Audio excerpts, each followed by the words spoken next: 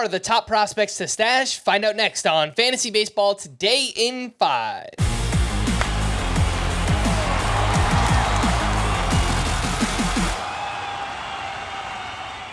Welcome into FBT in 5 on Saturday, April 20th. I am Frank Stampfl, joined by Scott White. The top 5 prospects on the verge of being called up right now. Junior Caminero of the Rays, Paul Skeens of the Pirates, Max Meyer of the Marlins, Joey Loperfido of the Astros, and Christian Scott of the Mets. We know Skeens and Christian Scott, they continue to dominate. Max Meyer, unfortunately, got sent down earlier in the week. In addition to this list, Scott, Joey Loperfido of the Astros. Talk to me about him. I mean, this has been a surprising development for sure. I was aware of Loperfido last year. He had around 25 homers, 25 steals, a lot of strikeouts, and some questionable exit velocity readings. Seemed like a pretty borderline prospect to me, but he has looked completely transformed here, had 10 home runs through his first 13 games. I don't know what that number's up to now, but obviously that's some big power production. And it's not just that he's hit home runs. It's you watch the video for these home runs, and consistently they are absolute missiles. Like the way they fly off the bat is what you only see from elite power hitters. And the exit velocity readings back it up. His hardest hit ball, again, at the time of recording here, 113.9 miles per hour, which equals Jordan Alvarez's hardest hit ball this year, and is a 6 mile per hour improvement. 6 mile per hour improvement over Loperfido's max exit velocity from last year. So he has improved, like on a pure ability level. And that has him, a lot of chatter in Astros circles about, is he going to replace Jose Abreu at first base?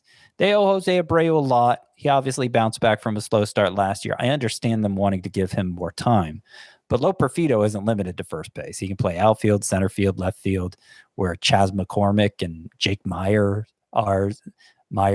So they have a few places they could play him. And if he got called up, they could find at bats for him. I think they are going to call Joey Loperfido up soon, and I think he could be impactful right away in fantasy. The question is the strikeout rate, because he's striking out a third of the time. But if he continues to impact the ball like this, it may not matter. 5 prospects on the periphery. These are just prospects doing something of note recently. James Wood of the Nationals, who we saw had a great spring training. Jordan Beck of the Rockies. Cade Povich of the Orioles. Augustine Ramirez of the Yankees. Jonah Tong of the New York Mets. Scott, Jordan Beck is a name that I've heard in other prospect circles right now. What do we need to know about him?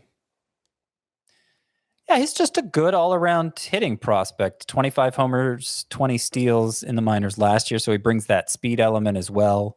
But it's the power that earns the highest marks in the scouting reports for Jordan Beck. And off to a good start at AAA.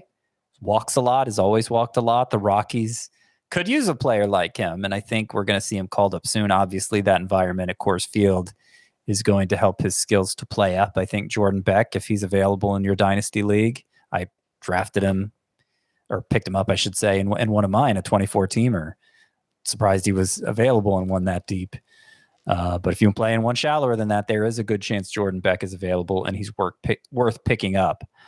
I want to talk about James Wood here as well. Obviously, a well-known prospect, consensus top 10, if not top 5 guy overall, and he was one of the biggest prospect standouts this spring. What I want to point out most of all is just how much better it's been this year, because we all knew supremely athletic, hits the ball very hard.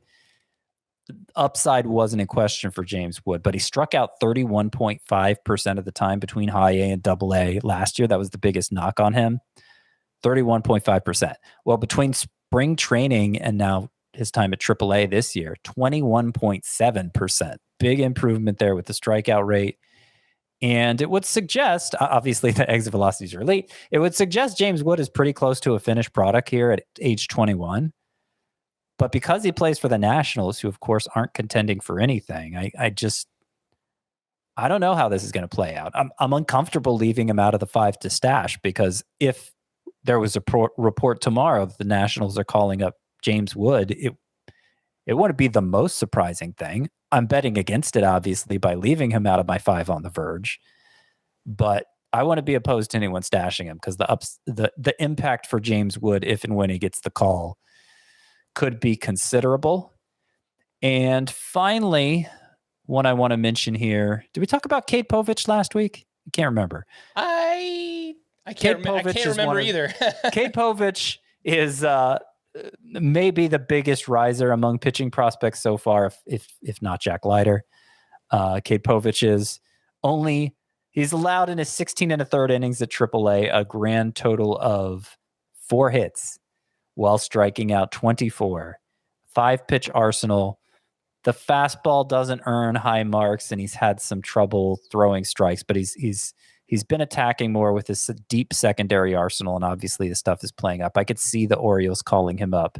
Finally, this is the guy I actually wanted to mention. Agustin Ramirez, a catcher in the Yankees organization at AA. Through his first 10 games, he had already homered 7 times. Great opposite field power. I don't know if he's going to stick at catcher, but I think the bat might play elsewhere if he doesn't. Agustin Ramirez, that's another name to know. All right. For more extensive fantasy baseball coverage, listen to the Fantasy Baseball Today podcast on Spotify, Apple Podcasts, the Odyssey app, or anywhere else podcasts are found. Thanks for listening to Fantasy Baseball Today in 5, and we will be back again next week. Bye-bye.